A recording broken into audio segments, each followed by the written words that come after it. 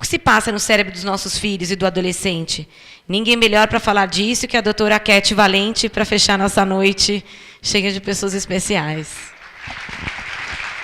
É o seguinte, por que falar do cérebro adolescente? Se no final é tudo uma questão de hormônio.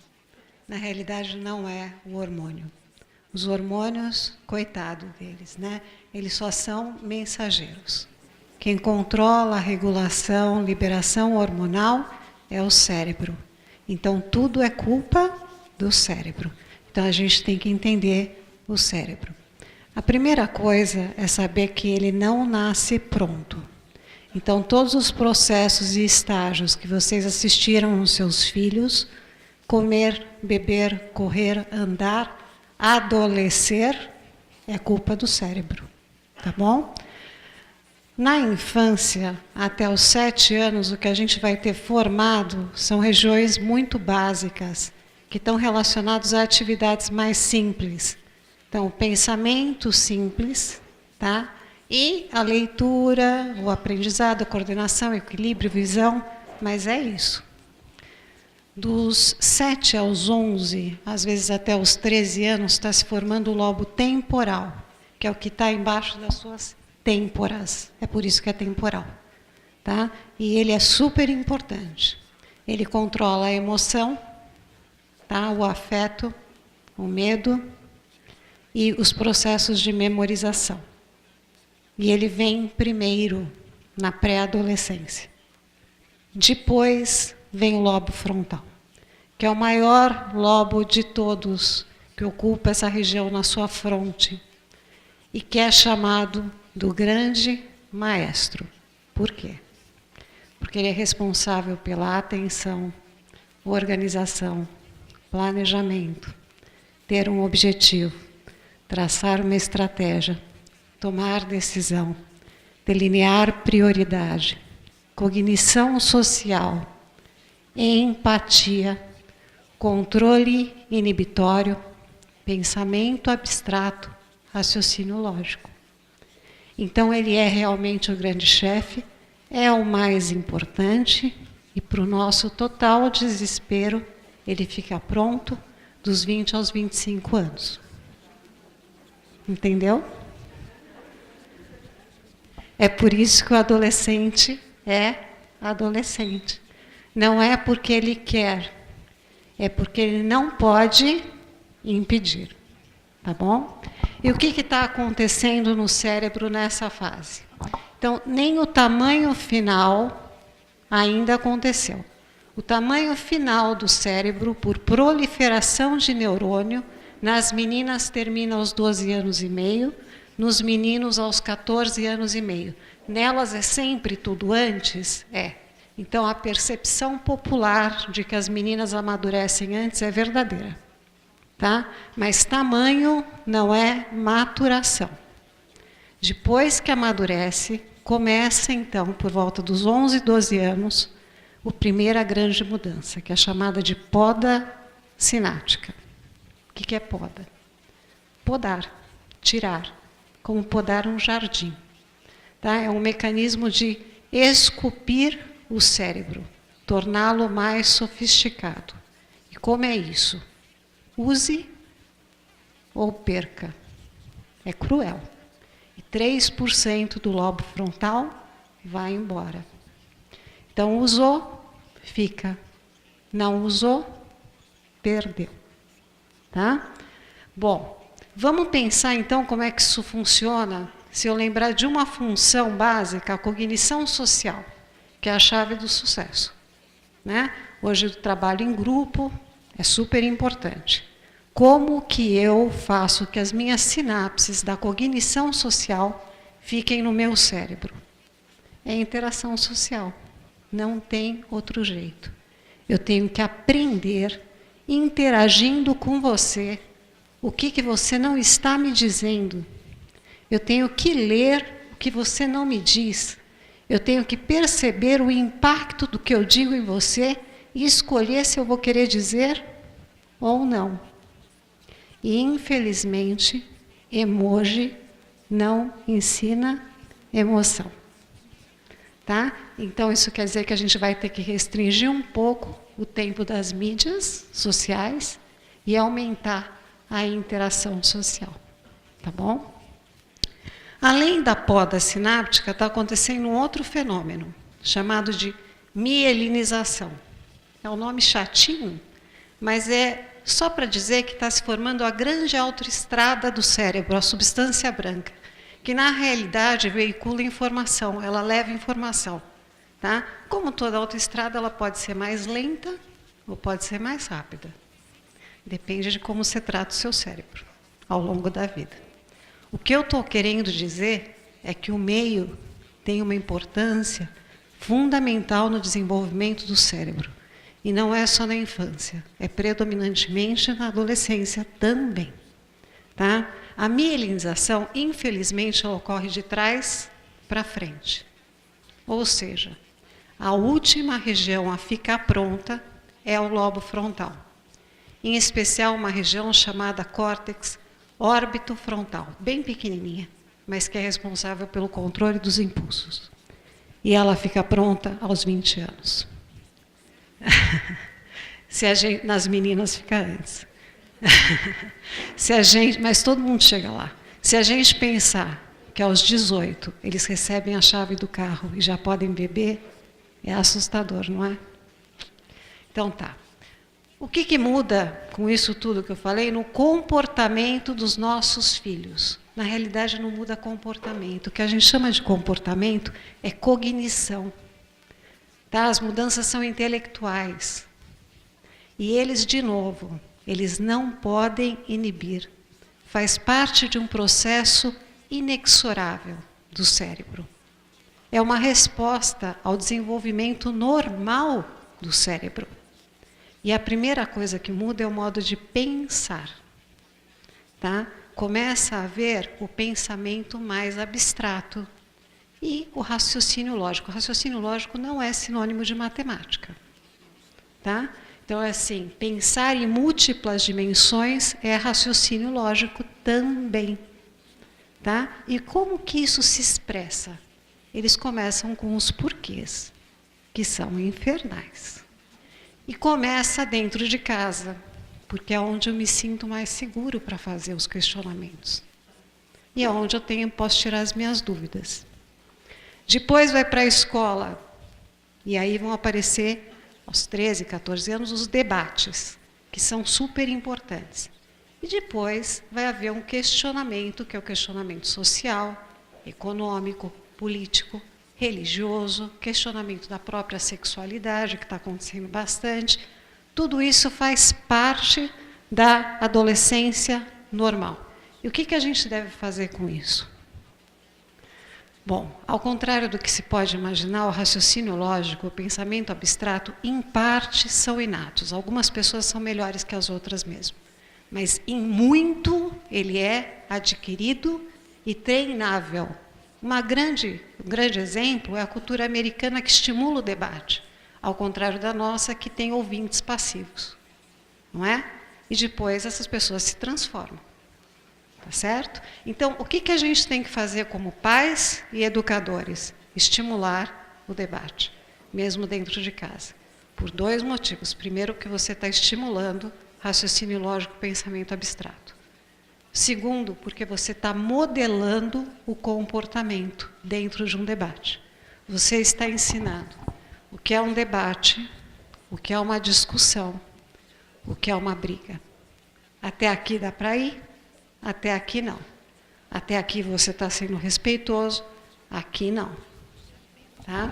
E, como foi dito aqui, realmente o cérebro adolescente, vocês vão entender por quê, ele aprende muito mais por modelo, por observação, principalmente dos pais, do que pelo que é dito. Porque a memória emocional do lobo temporal já está pronta, mas a atenção do lobo frontal ainda não. Tá? Então, eles aprendem por modelo mesmo. Porque o cérebro adolescente aprende melhor com o modelo. Então, esse é um bom momento para, quando vocês estiverem debatendo entre si, dar exemplos do que é um bom debate. E eu fico me questionando um pouco o que a gente ensinou para os nossos filhos nas últimas eleições. Que foi um horror, né? Então tá. Bom, falando do pensamento abstrato, o que é o pensamento abstrato? Como é que a gente vê isso no adolescente? O adolescente ele começa a ficar irônico, ele começa a ficar sarcástico. Cuidado, isso é uma armadilha. A gente fala ironicamente antes de entender a ironia. Então, não se comunique de forma irônica. Eles são muito preto e branco. Os 50 tons de cinza não são compreendidos na linguagem.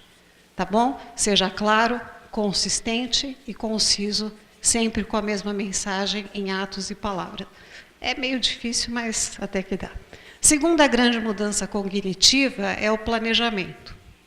Então, a gente pode achar que algumas crianças são mais organizadas do que outras. Realmente isso é verdade. Mas planejamento, estratégia, organização, tudo isso é aprendizado, em grande parte. Um exemplo: famílias mais organizadas têm crianças mais organizadas, de um modo geral, porque eles vão aprendendo como fazer. A gente tem que lembrar que aos 11, 12 anos, os nossos filhos vão passar para o ensino fundamental 2, ou middle school, ou junior school, depende do tipo de escola em que você está. E eles passam de uma professora para 10, 11, 12, 15, não sei. Nenhum cérebro, eu posso garantir para vocês, aos 11 anos está preparado para 10 professoras e 10 matérias. Tá? E tão importante quando tem matemática, português e inglês, seria ter uma matéria sobre organização. Mas já que não tem, é nossa função fazer isso. É ensinar a usar uma agenda, analógica ou digital. A digital é mais difícil, eles são muito visuais. Ensinar a fazer um quadro. Ensinar a organizar o dia, a semana, o mês, a vida. Ensinar a criar estratégia de estudo. O que vem antes, o que vem depois. Prioridade, eles não sabem estabelecer prioridade. Múltiplas tarefas causam no adolescente desorganização. Desorganização leva à procrastinação. Procrastinação, baixa autoestima, eu não vou conseguir mesmo. Sintomas ansiosos e depressivos, a grande explosão é na cidade. Então, cuidado. Tá? A gente pode ajudar, participando e ensinando como fazer. Isso vai desde o material escolar até o quarto, até o closet, até tudo. Tá bom? Em relação à atenção, a geração milênio abusou de uma palavra chamada multitasking.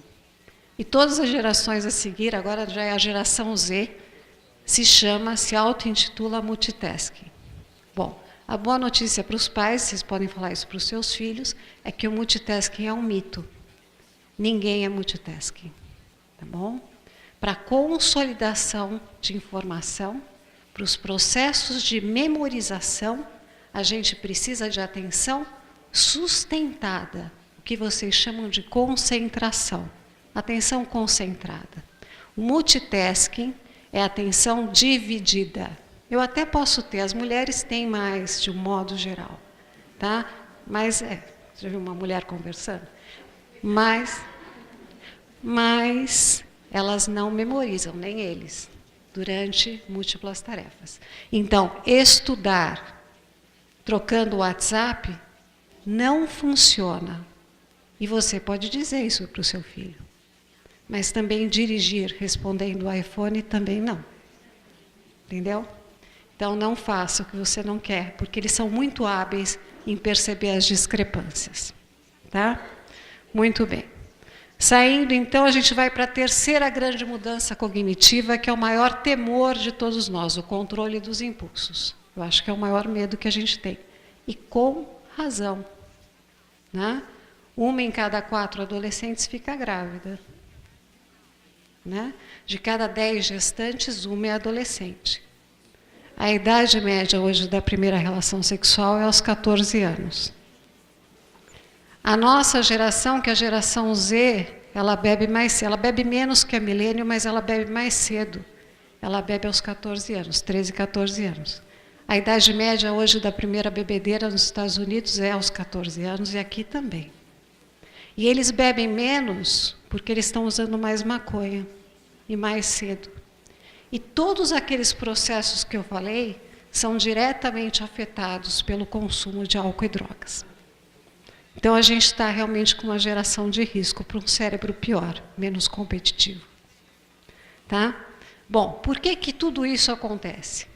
Porque a gente secreta ao longo da vida um neurotransmissor maravilhoso chamado dopamina, que é o neurotransmissor do prazer. Quando eu como alguma coisa que eu gosto, eu libero dopamina. Mas beber também libera dopamina. Beijar libera dopamina. Todo o resto libera dopamina. O único problema é que a sensibilidade à dopamina na adolescência diminui em 30% a 50%. Então, eles ficam entediados. É por isso. Tá? A dopamina liberada não se altera. Mas o que te causa prazer na infância e na vida adulta, que precisa de menos, neles não. Então, é por isso que aquele menino que tinha medo da montanha-russa corre para ela. Porque libera muita dopamina, tá bom? E todo o resto também. Isso faz com que eles sejam mais impulsivos? Vai fazer, né? Porque a estrutura que devia falar para eles, agora está na hora de parar de comer chocolate, como um exemplo, pode ser outras coisas também, ela ainda não está funcionando tão bem. Tá? Então eles são novelty seekers, ou seja, eles querem a novidade, e eles não têm harm avoidance, eles não têm esquiva ao dano, até porque eles não conseguem antecipar consequência. A boa notícia é o seguinte: a maior parte dos adolescentes que não se envolve em comportamento de risco não faz porque aprendeu na infância e pré-adolescência, mais por exemplo do que por conceito, por princípio e valor familiar de que isso é errado. Então não é que eles conseguem ver o que vai acontecer se eles beberem. É que alguém ensinou para eles que eles não devem fazer porque é ruim, vai dar errado. Então eles são completamente modulados pelos exemplos. Tá bom? Então é isso. Durante a adolescência, a mensagem final, porque a gente tem que acabar, tá? É que você tem que ser um pouco o lobo frontal do seu filho, e sendo o lobo frontal do seu filho, você vai ajudar no processo da formação de um cérebro mais saudável na vida adulta. Tá? Obrigada.